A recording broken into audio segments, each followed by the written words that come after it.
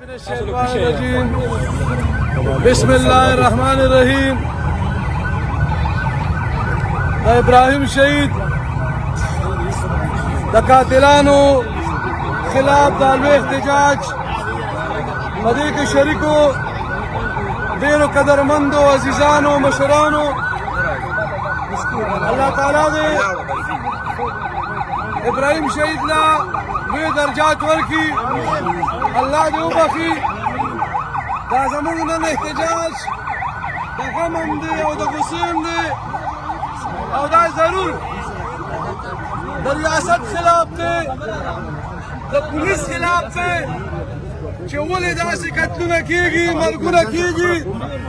او د هغې معلومات نه کېږي خو زه نن دا وایم وروڼو احتجاج غټول پکار دی او احتجاج له خلک د ډېر راشي تاسو به څو ورځې مخکې کتلي په ساکوټ کې محمد زاده په دې خبره باندې شهید شو چې هغه منشیات ترې نه خرڅېږي بتې ترې نه اخیستل کېږي د ډاکوانو ملګرتیا دې نه کېږي نو محمد زاده شهید شو پولیسو والا وخت ورکړه چې په دې وخت کې به قاتلان راونیسو نو چې کم خلک کې راونیول د قاتلانو نوکران یې راونیول او قاتلان یې په ځای باندې پرېښودل او وی کورونه مو روان کړه په سوشل میډیا یې مو چلول پرون موږ خبر شو د یو قاتل کور هم نه دروار شوی نو که دلته کې ډي اس پي صاحب راځي او ډي پي او صاحب راځي او د دروغو خلک بیا رانیسي او وایي چې ما قاتل ونیوه نو دا کاروایي به موږ ته نامنظوره وي موږ به الله مطمئن کېږو چې چا قتل کړی دی او صحیح قاتل دی هغه راونیسي نه چې په والو ټکولو باندې د یو بې ګناه سړی راونیسي او ورسره تماچه ټوپک وښایي او وایي چې ده قتل کړی دی نو دا خو یو بل ظلم شو موږ د ظلم خلاف پراته یو او چې کم ظالم دی کم قاتل دی هغه به راولي او موږ ته به یې په لاس کې راکوي ابراهیم کو قاتلوں کو ابراهیم کو قاتلوں کو ابراهیم کو قاتلوں کو انصاف دو انصاف دو انصاف دو بله دا خبره کوم چې ډي اس پي صاحب راغلی و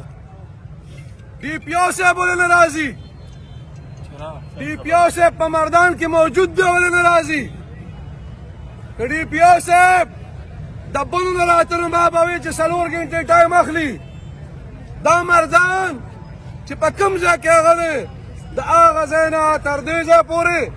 زموږ دپاره به لار نیمه ګنټه وي خو هغه ته روډونه خالي شي په 10 منټه کې دلته را رسېدی شي او زه ورته دا وایم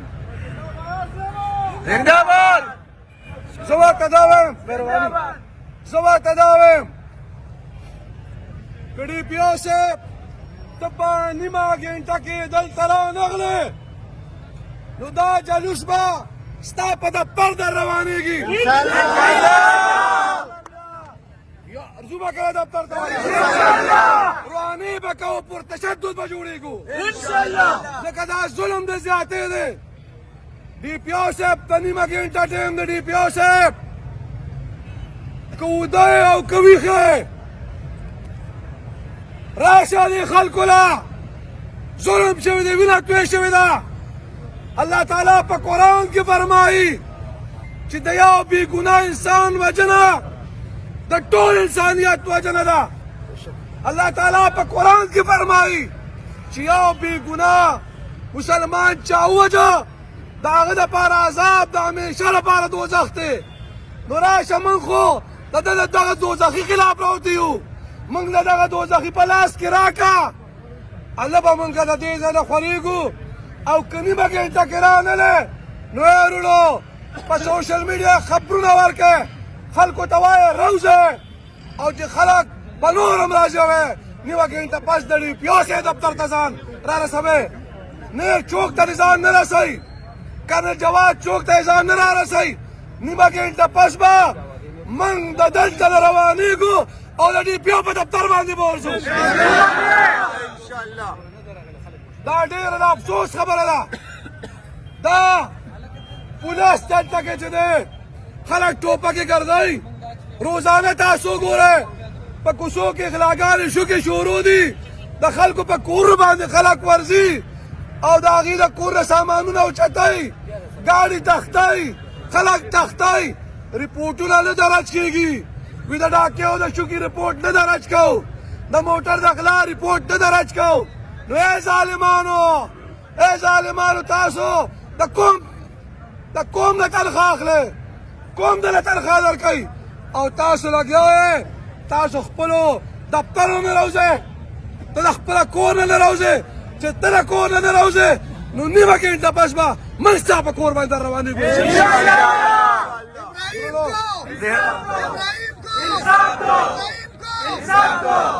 نن وروڼو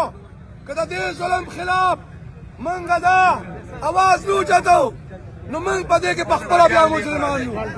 د ظلم خلاف اواز اوچتول جهاد دی او موږ به دا جهاد کوو دا جهاد فی سبیل الله به کوو د دې ظالمانو خلاف به راپاڅو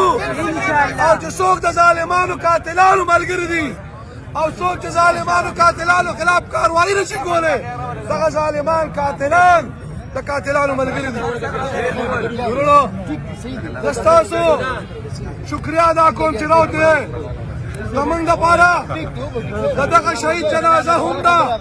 خو جنازه به هر وخت وشي خو د ظلم ختمول پکار دي جنازه دې لاړ شي جنازه دې رستو شي خو نو د دې ظلم خلاف راپاڅېدل دي او د دغه ډي پي او په دې کور باندې ورتلل دي د ده په دفتر باندې ورتلل دي تر څو پورې او بله خبره کوم 3 ورځې ټایم کاغم راکوي نو 3 ورځې ټایم به موږ قبول کو خو یو خبره کوم وروڼو واده به کوئ 3 ورځې پس به موږ د اوس ته ټایم ورکوو او 3 ورځې پس به موږ بیا هلته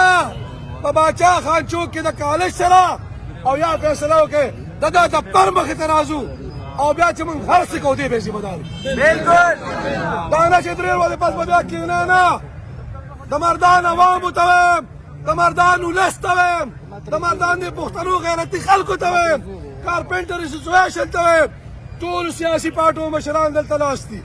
د ټولو تنظیمونو مشران د تاجرانو تنظیمونو مشران دلته کې دي وروڼو په شریکه به زموږ دا فیصله وي چې بیا به 3 ورځې پس پوره په 4مه ورځ سهار 9 بجو نه به موږ د ډي پي او د دفتر مخې ته راغونډېږو او بیا به دې د هغې پورې نه پرېږدو د هغه ځای نه به درنه نه پاسو 400 ورځې پرې لګي چې تر څو پورې قاتلان نیولي شوي دي ډېره مهرباني او دعا وکړئ چې الله دغه